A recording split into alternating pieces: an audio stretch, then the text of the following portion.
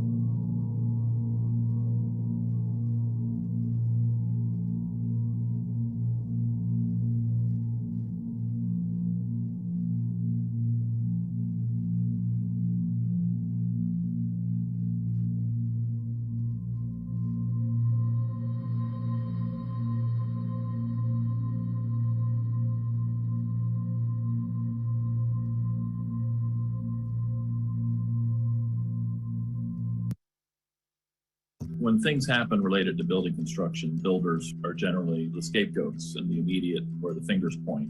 And it may be the quality of the building. But then the other end of the problem with a building, and the one that is most common that we see, is failed to maintain. One of the most important things about building maintenance is weatherproofing. Early signs of damage to the pool deck and garage ceiling were reported in 1996, stating that the area needed concrete structural repair. The work was completed and certified to the city in November 1997. The repair has been performed under the inspections from beginning to completion. Over 20 years later, in 2018, ahead of the Miami-Dade County mandatory 40-year building recertification, structural engineers found that failed waterproofing was causing major concrete structural damage to the pool area. Despite the report, a Surfside official told the condo board in regards to the Morabito report that it appears the building is in very good shape. Efforts to reach the official have not been successful.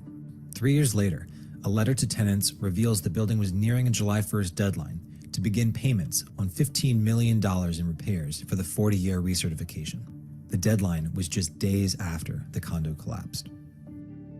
What we know for sure is, an engineer's report was done in 2018, and none of those things were taken care of.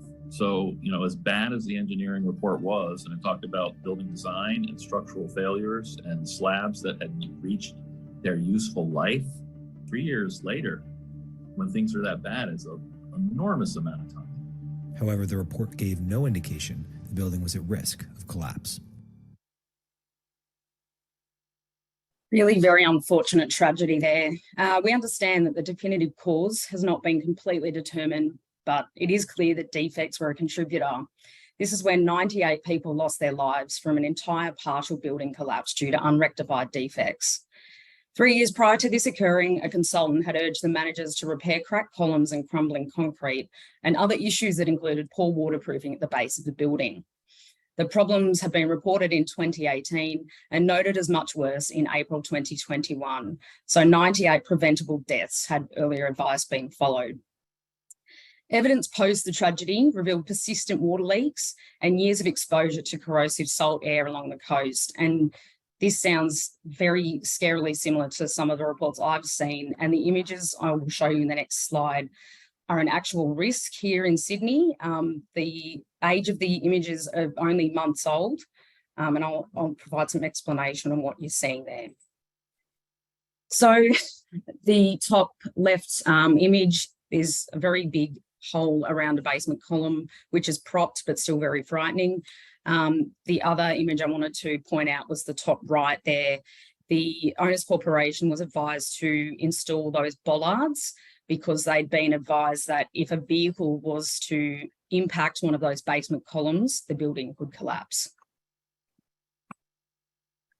So just moving on to the types of defects we come across, they can range from cosmetic to far more serious issues like structural and fire safety.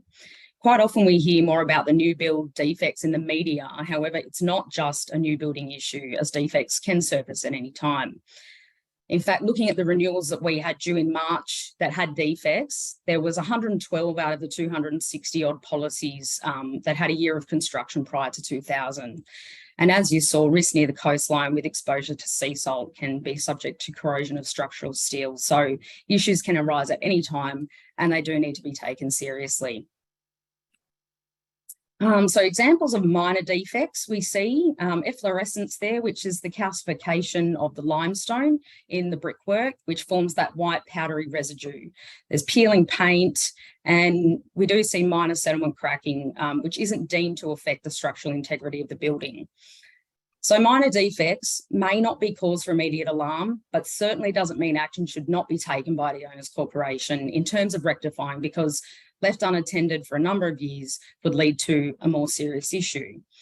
If minor defects were left unattended and this allowed water ingress or water penetration into various areas, could lead to further structural issues. So it's still very much important for an Owners Corporation to look at minor defects and have a plan to address those in the long run. So the examples of the major defects we see, concrete spalling and concrete cancer. So that's the steel support within the concrete is exposed to air and water and leads to corrosion and can affect structural integrity of the building. There's structural failure there, slip, trip and fall hazards, failed waterproofing, which we quite often see in bathrooms, balconies and rooftops, combustible cladding, which is still very topical 6 years post the Grenfell tragedy. Remediation is state specific, and given the differing legislations on the issue, can prove difficult for an owners corporation to rectify, given there's no commonality. The last issue there, fire and life safety. So this can be as simple as having fire doors in place and sprinklers operating, but we see buildings where the areas like the plant room or the main switchboard room has actual holes in the walls, the ceiling or floor, which then completely compromises any other fire protection you might have, because the fire cannot be contained due to the penetration in the fire-rated walls, floor or ceiling. And we see penetration issues in many parts of the building. So we do acknowledge defects are not just isolated to these 3 states here in the picture, but it just demonstrates how prevalent defects are across the eastern seaboard alone, with the average number of defect types per building on the left and the percentage of buildings with at least one known defect on the right. Looking at just new build data from the New South Wales Building Commissioner, 39% of New South Wales strata buildings constructed in the last 6 years have one or more serious defect. So the most common types of defects across New South Wales, Queensland and Victoria, as you can see there, the building fabric and cladding far exceeds any other type, followed by fire protection, waterproofing, and the other issues there. Just breaking down that top category in the previous picture is building fabric and cladding. So the most common two within that is lightweight cladding, such as aluminium composite panels or ACP and EPS panels as well. And also the masonry issues is the second issue there. Who's responsible? Well, we all know responsibility for repairing and maintaining common property lies with the owners corporation. However, this doesn't necessarily mean the cost of rectification is borne by the owners corporation. We understand with new builds, there are statutory warranties and periods which apply where there may be recourse against a builder or developer, and there are home warranty claims, but obviously going through either of those channels can be lengthy, taking a long time to resolve, and costly, given the need to engage lawyers to present information. So technically, there's no right or wrong way to tackle these buildings with significant defects. They are costly and can take a long time to rectify, which is unfortunate, but it is a real problem. And unfortunately, it looks like it's not going away anytime soon. So we want to give as much guidance to owners corporations as we can in terms of how to tackle these problematic issues. So consensus is a really critical thing that we want to see. We're often advised that an owners corporation can't make a decision on progressing rectification works, or work required in a private lot has been left with that lot owner and only works on common property are being addressed. From our perspective, when it comes to defect rectification, we need to see that all works are being addressed, therefore consensus and agreement amongst all owners must be in alignment, and a clear plan of action to address all works must be understood. So what do we want to see? Proactivity. Proactivity is the main thing we want to see. If an owners corporation goes a number of years knowing they have defects, whether they're minor or major, with no action, is a real concern to us. This is because it creates an increased exposure for a claim to arise or a catastrophic event arising as a result of defects, plus the overall attitude towards risk mitigation. An owners corporation that's not proactive with respect to defects likely also means there is a flow-on effect with not being proactive with risk mitigation in general. They're not proactive with respect to maintenance of the building in general. So it just paints an overall picture of the overall attitude of the owners corporation. Whereas the flip side of this, and we have seen this, a proactive owners corporation is moving things along as best as possible, paints the opposite picture, and demonstrates a willingness to maintain the building, to risk mitigate wherever possible, and do their best to protect their insured asset. But why is proactivity so important, and why do we ask for specific information when assessing a risk with defects? So consider which situation here you would prefer to explain to an insurer if you were CHU or Flex or another underwriting agency. So for CHU and Flex, this is QBE. Both scenarios pictured have the same claim. The claim is a building collapse with an estimated property damage of $20 million, and because of ongoing legals, the liability claim is to be determined. The left scenario, we have an owners corporation who has been aware of defects since 2018, and every year the insurer has requested an update on what action the owners corporation has taken, and we continually get the same response of haven't been able to raise funds, expedite works, we'll get a report next year, and this is just a similar response we keep getting. Compare that to the scenario on the right. The owners corporation has been aware of defects since 2018, but the insurer has been obtaining updates at each stage, which could include things like updates on where legal proceedings are at, evidence provided that make-safe works have been carried out, and whilst the overall defects themselves haven't been rectified, which could be due to the ongoing legals and the works required, we at least know that the immediate safety concerns have been mitigated by make-safe works. Other information we could have obtained is confirmation that a scope of works has been obtained, levies raised and confirmed by meeting minutes, and confirmation on the anticipated timeframe for the legal proceedings to be ongoing before works can commence. So as we've noted there, proactivity doesn't necessarily mean a claim won't occur, but it provides justification for the underwriting decision made and will minimise the potential for large losses occurring if make-safe works have been carried out. So it's a much better story on the right-hand side as opposed to the left-hand side. And that is why insurers press for information so hard. And I think it's also worth adding, Claire, that there's been a lot of delays caused by some of the factors Claire's going to go into, like COVID and so on. But some of these matters have existed since, the record I've seen is 2008, in which case COVID or other factors have been used as a reason for not progressing works. It is so important to see proactivity. We often get calls, frustrated calls, because it's a very difficult, challenging matter for you guys to deal with your owners corporations, saying you need to think of the owners about this sort of thing. And we do. That's why we're still on risk for some of these things which have been brought to our attention from 2017, 2018. What's changed between now and a few years ago is that some of those structural issues which were noted in 2017, 2018 still remain unresolved. And if you think of that Miami disaster, which was shown earlier in the clip, sounds eerily scary, some of those factors relating to it. So I always challenge anyone when they say CHU's position on defects has changed. It might be more front of mind, front and centre in underwriters' view, but what has changed is the amount of time that has progressed between 5 years ago and now, where issues remain unresolved. So I want to add that point. Thank you, Steve. Just following on from that, we do understand the difficulties that owners corporations are faced with progressing some works due to events in recent years, such as COVID-19 and the catastrophes we saw in 2022 in northern New South Wales and southern Queensland with respect to flooding and other weather-related events.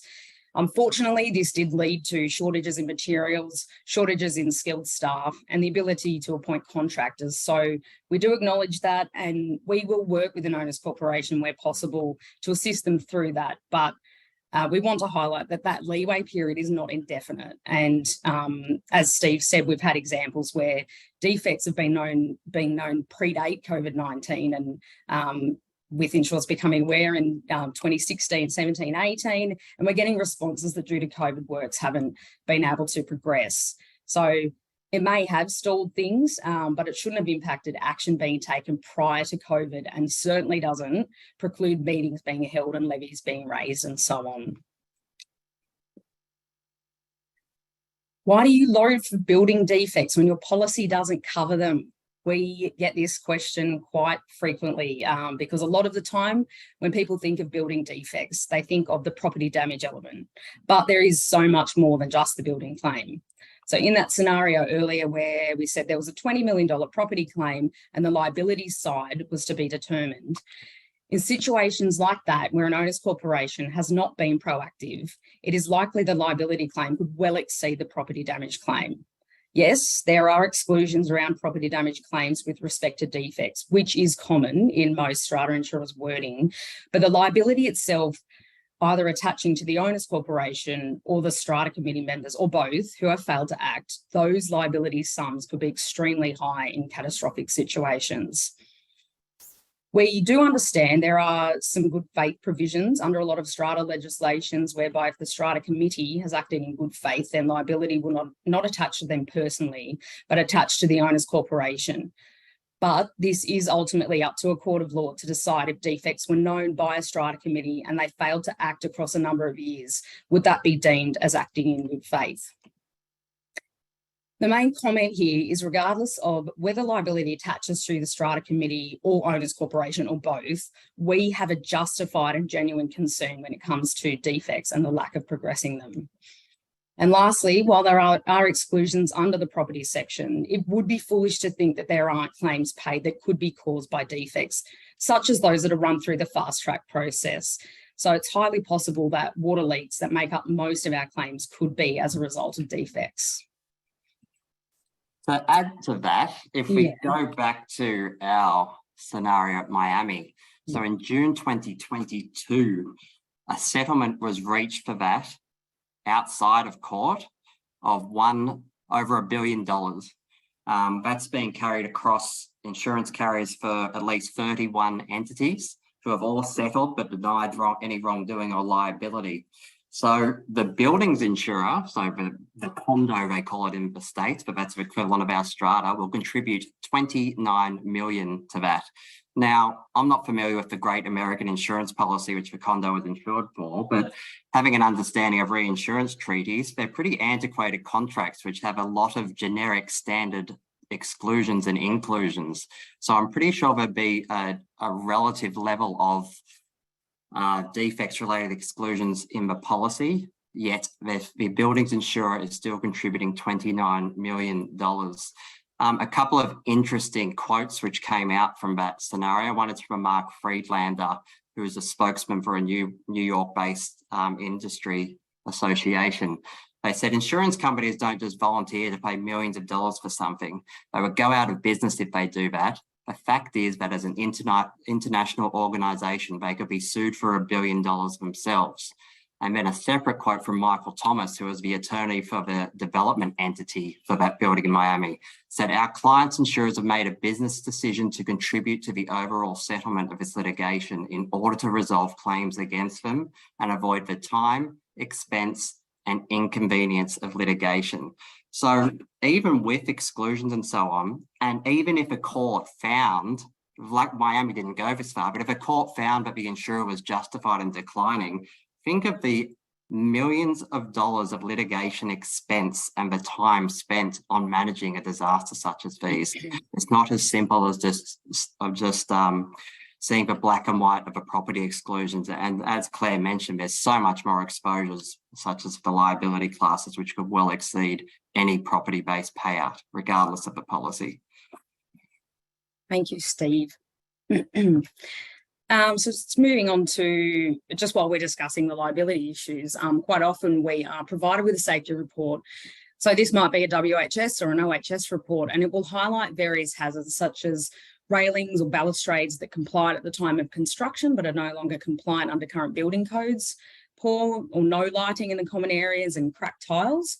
The action we're often advised that an insured has taken upon reviewing the report is no action will be carried out, as it is either deemed minor in nature, or when it comes to the railings and balustrades, the insured's view is that they complied at the time of construction, therefore there's no requirement to upgrade them to meet current building codes. These issues should not be left unattended, as it still constitutes a risk management issue. And there was a case that Adrian Mueller at JS Mueller & Co. shared in 2021. So the case was a lot owner had requested the owners corporation to upgrade the original 1990 balustrades because they concerned her in terms of being unsafe in that a person could fall or it could be easily climbed over. She applied to NCAT, which was unsuccessful. It then went to the appeal panel of NCAT, who then ordered the owners corporation to renew the balustrades to ensure it was compliant with the safety requirements of the BCA. The appeal panel concluded that the owners corporation knew or should have known that the balustrade was unsafe, and this was for several reasons. Several years earlier, the local council had ordered the owners corporation to upgrade other balustrades throughout the building to make them safe. The owners corporation's consulting engineer had written a report making clear that the balustrade did not comply with the safety requirements of the BCA, and it contained elements which allowed children to climb over the balustrade. The owners corporation had also engaged an expert to prepare a safety report, which identified as the major hazard for immediate attention balustrades that were less than 1 metre in height and which otherwise did not comply with the safety requirements of the BCA and represented a falling hazard. The appeal panel also held that the duty under Section 106 of the New South Wales Strata Schemes Management Act required the owners corporation to investigate obvious safety risks, including those that are brought to its attention by a lot owner. And importantly, the appeal panel held that it did not matter whether the balustrade complied with the applicable standards when it was built in circumstances where the balustrade posed an obvious safety risk. You can have a look at that case in more detail if you Google upgrade that balustrade. So I wanted to share some actual liability claims that we have paid, so the first one there, $1.8 million claim. The incident occurred when a father had a knock at the door, opened the door, the child ran outside and fell through the gap that you can see there, sustaining injuries. The top one, $812,000 claim. It was a simple trip and fall due to no lighting in the common area pathway. The claimant had some head injuries with that one. And the bottom one, a heel caught in a crack, which seems innocuous and probably in every property, but resulted in a $160,000 claim. Yeah, those examples illustrate, particularly going back to the heel caught in a crack, we often get safety reports sent to us, and the safety report deems the hazards based on low, moderate or high, understandably. And we acknowledge that probably nearly every building has something similar to the bottom right scenario. We get that. That's not going to make us decline a renewal unless it was every single tile and widespread. But we will ask if the owners corporation is taking action for it because of that very reason. There is a potential hazard there.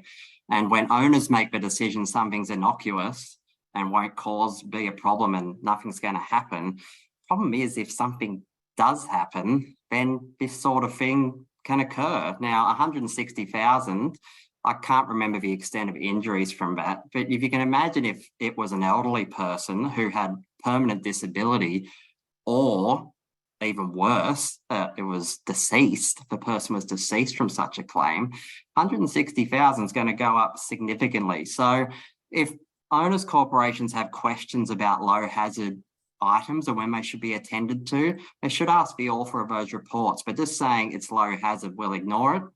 Don't think it's going to bode well, particularly in the event of a serious claim. Thanks, Steve. This is a quote from the then SCA New South Wales President, current SCA National President, Chris Duggan. SCA New South Wales is concerned about the huge decreases to maintenance and repair works on apartment buildings under the current lockdown restrictions. If strata communities cancel ongoing maintenance or planned work, they impact not only the workflow of strata ecosystems, they can also cause long-term effects on the building and amenities, and this will cost far more money to fix in the long run. Whilst it's not a recent quote, it's still very much relevant, especially with the things costing far more money to fix. So keep the maintenance going. So what do we need? We have tried to assist insureds by producing a defect and cladding form. Its main purpose is to streamline the process by allowing insureds to disclose all defect and cladding details, whether there is a building order, a fire order, all of that into one form. Using the form is not compulsory. The purpose of the form was to try and avoid what we call email tennis, where a policy is falling due for renewal, an underwriter reviews it and identifies there are defects present, and then there are emails back and forth with different information, and there could be 20 emails, and we still don't really get the information that we need. So its purpose is, here's what we need as a minimum with a property that has defects or cladding. If parts of the form aren't relevant, it doesn't need to be filled in. And we also want to mention that if you have a better way to get us the information which doesn't involve a form, absolutely do that. It's just meant to make your life easier as opposed to more difficult. And we will be sharing this form in the chat, I believe. So effectively, the form is asking for a number of steps in terms of what expert opinions have been obtained, so what expert reports are on file. If there is cladding, has it been signed off as compliant by a fire engineer, or has remediation been advised? Have a scope of works been obtained, contractors approved, contracts signed, make safe works carried out, have meetings been called and held, have levies been raised or a plan to discuss, have any details on legal proceedings, details of whether an owners corporation has joined a government scheme such as Project Remediate or Project Intervene in New South Wales. And we might ask for meeting minutes to determine action taken by the insured. So provision of these details up front greatly assists us in assessing whether we can provide an insurance solution and turn that around as quickly as possible. It makes it very difficult to be able to provide support offering insurance if we have insufficient information to back up what has been done, or if something has been done proactively by the insured. So essentially it means we are underwriting blind. And if you cast your mind back to the claim example with the two different owners corporations, hopefully that helps you understand as to why we want this information up front. We also wanted to highlight that if an owners corporation appoints a new strata manager or broker, the time to address policy conditions or defects does not reset because this has occurred. The insured has known about the issues, therefore, in theory, should be able to provide an update on actions to the newly appointed agent or broker. Please also call us if a query we have sent doesn't make sense or you require clarification. So we do try to articulate our concerns. However, we know we're not perfect.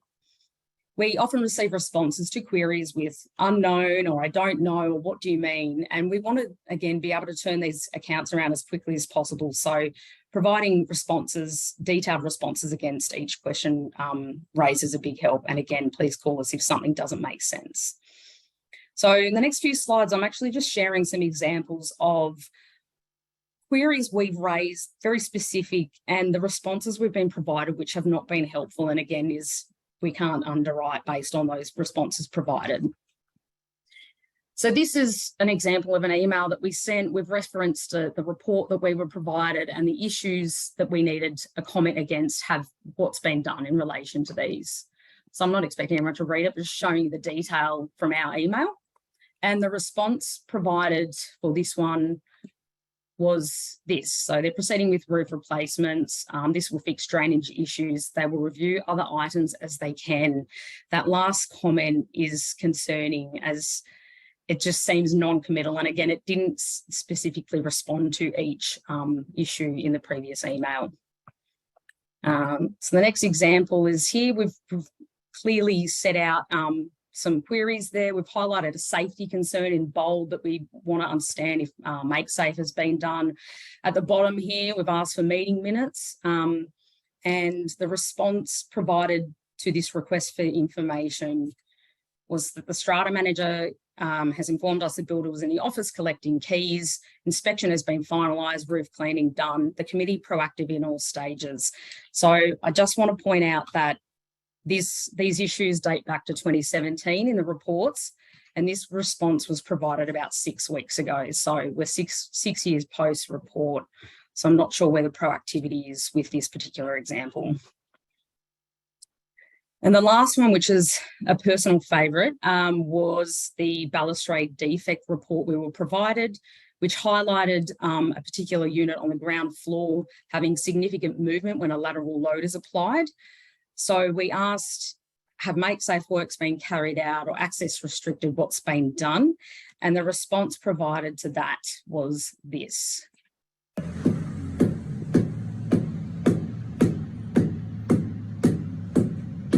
right, I think that's good.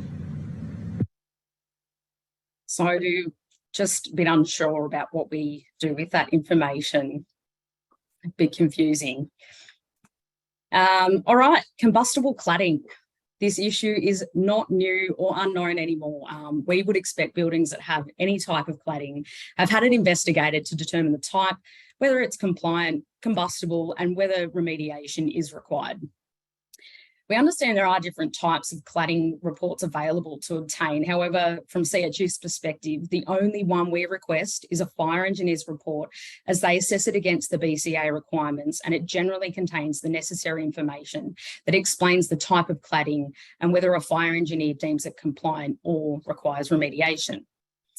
Some insureds we see obtain a report on the facade, so it's not necessarily carried out by a fire engineer. And we often see the recommendation in those reports being to engage a fire engineer to assess further.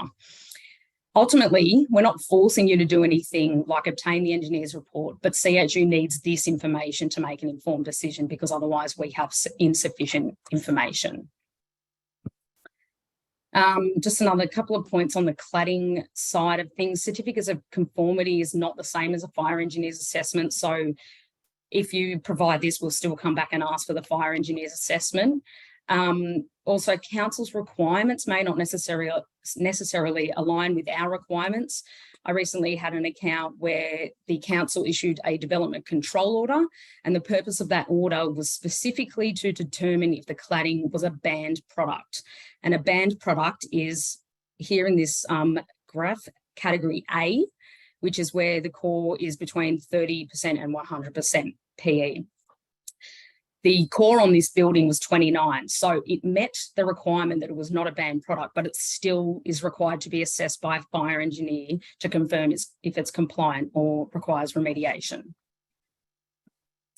And lastly, just some tips to share on when gathering information with accounts with defects. So disclosure, the insured must disclose defects as soon as they become aware.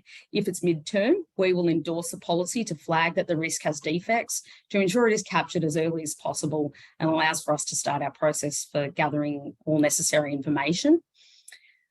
Reports often reference other reports or document relied on that the insured may not have provided you that is critical to the overall assessment of defects. So have a look at that when you're looking at defect reports. Discuss with insureds about being proactive and not reactive. We see a lot of insureds being reactive as a result of the compromised ability to get insurance. This should not be the driver to act on professional advice when it comes to taking action with defect rectification. And please don't leave it until we have declined cover to produce the requested information. Make safe works must be carried out. This is regardless of whether there are legal proceedings whereby the commencement of formal defect rectification is reliant on the settlement being finalised.